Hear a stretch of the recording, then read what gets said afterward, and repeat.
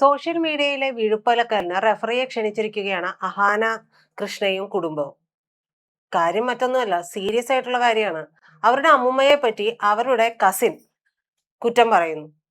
അതായത് അമ്മുമ്മയെ അഹാന കൃഷ്ണയും കുടുംബവും നോക്കുന്നില്ല, ഞാനാണ് കാനഡയിൽ നിന്ന് വന്നിട്ട് അവരെ നോക്കുന്നത്. അമ്മുമ്മ എന്നെ വിളിച്ച് കുറെ കരഞ്ഞു, വിഷമിച്ചു, എന്നെ നോക്കാൻ ആരുമില്ല എന്നൊക്കെ പറഞ്ഞു എന്നുള്ളതായിരുന്നു പ്രശ്നം.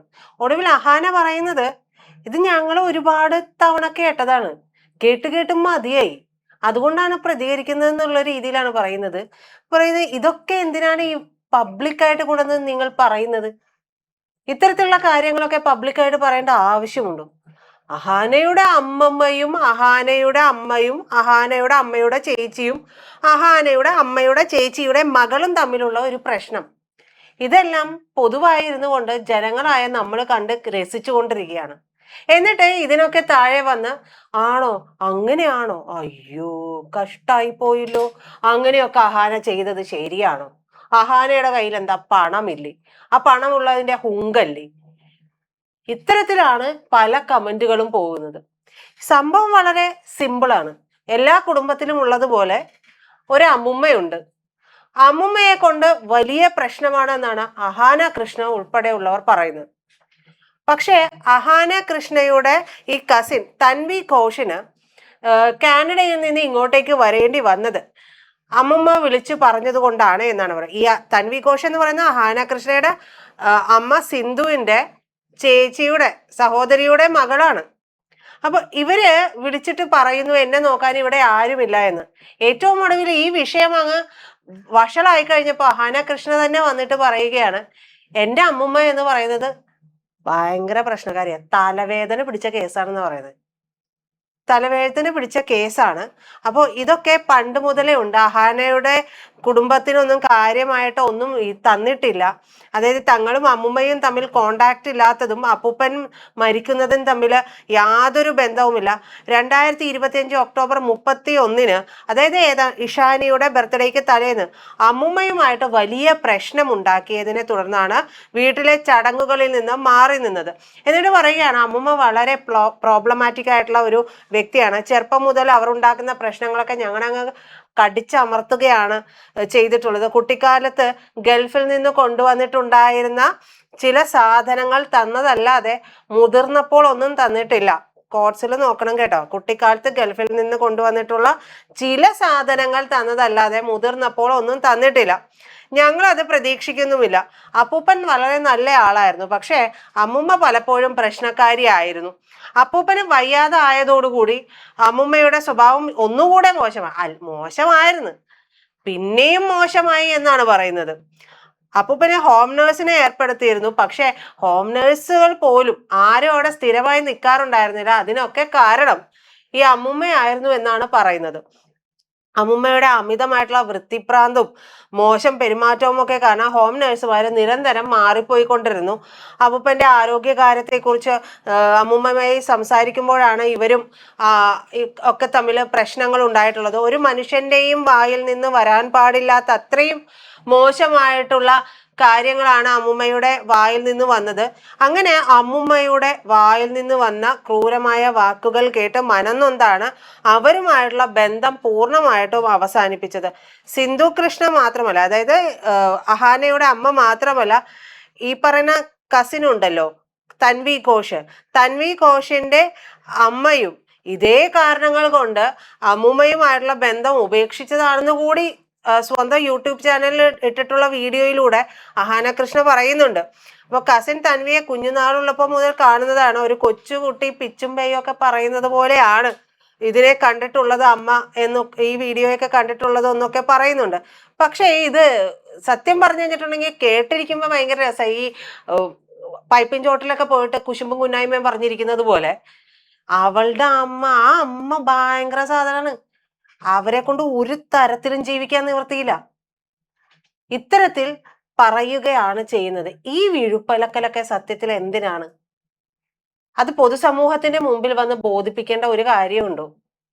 തൻവി ഘോഷ് ഇത്തരത്തിലുള്ള ഒരു വീഡിയോ ചെയ്തു. ഒരുപക്ഷെ ഇവർ പറഞ്ഞതുപോലെ ഒരു കുട്ടി പിച്ചും പെയ്യും ഒക്കെ പറയുന്നത് പോലെയാണ് അവർ ഇതിനെ കണ്ടിട്ടുള്ളത് എന്ന് വെക്കുക. അങ്ങനെയാണെങ്കിൽ തൻവിയെ വിളിച്ചിട്ട് പറഞ്ഞാൽ പോരെ, അല്ല തൻവി ഇത് കുടുംബ പ്രശ്നമല്ലേ, ഇങ്ങനെ പുറത്തു കൊണ്ടുവന്നിട്ട് അലക്കേണ്ട ആവശ്യമുണ്ടോ? ഇനി ഞങ്ങൾ പറയുന്നതാണോ കൂടുതൽ ശരി, നിങ്ങൾ പറയുന്നതാണോ കൂടുതൽ ശരി എന്നുള്ളത് പൊതുജനം തീരുമാനിക്കേണ്ട ആവശ്യമുണ്ടോ? അതുകൊണ്ടാണ് ഞാൻ ആദ്യം പറഞ്ഞത് ഇതിനൊരു റെഫറിയെ വെക്കണം. ആർക്കാണ് കൂടുതൽ പോയിന്റ് എന്നറിയാൻ വേണ്ടി. അമ്മയുടെ വിഴുപ്പലക്കൽ, അതായത് ഏമമ്മയിലെ വിഴുപ്പലക്കൽ തീർന്നിട്ടില്ല, അത് തുടർന്നുകൊണ്ടിരിക്കുകയാണ്. അത് തുടർന്ന് അത് കേട്ട് അത് ചെവിട് മരവിച്ചിരിക്കുന്നതിനിടയിലാണ് അഹാന കൃഷയുടെ കാര്യം, കുടുംബത്തിലെ അമ്മുമ്മയുമായിട്ടുള്ള പ്രശ്നങ്ങൾ പറയുന്നത്.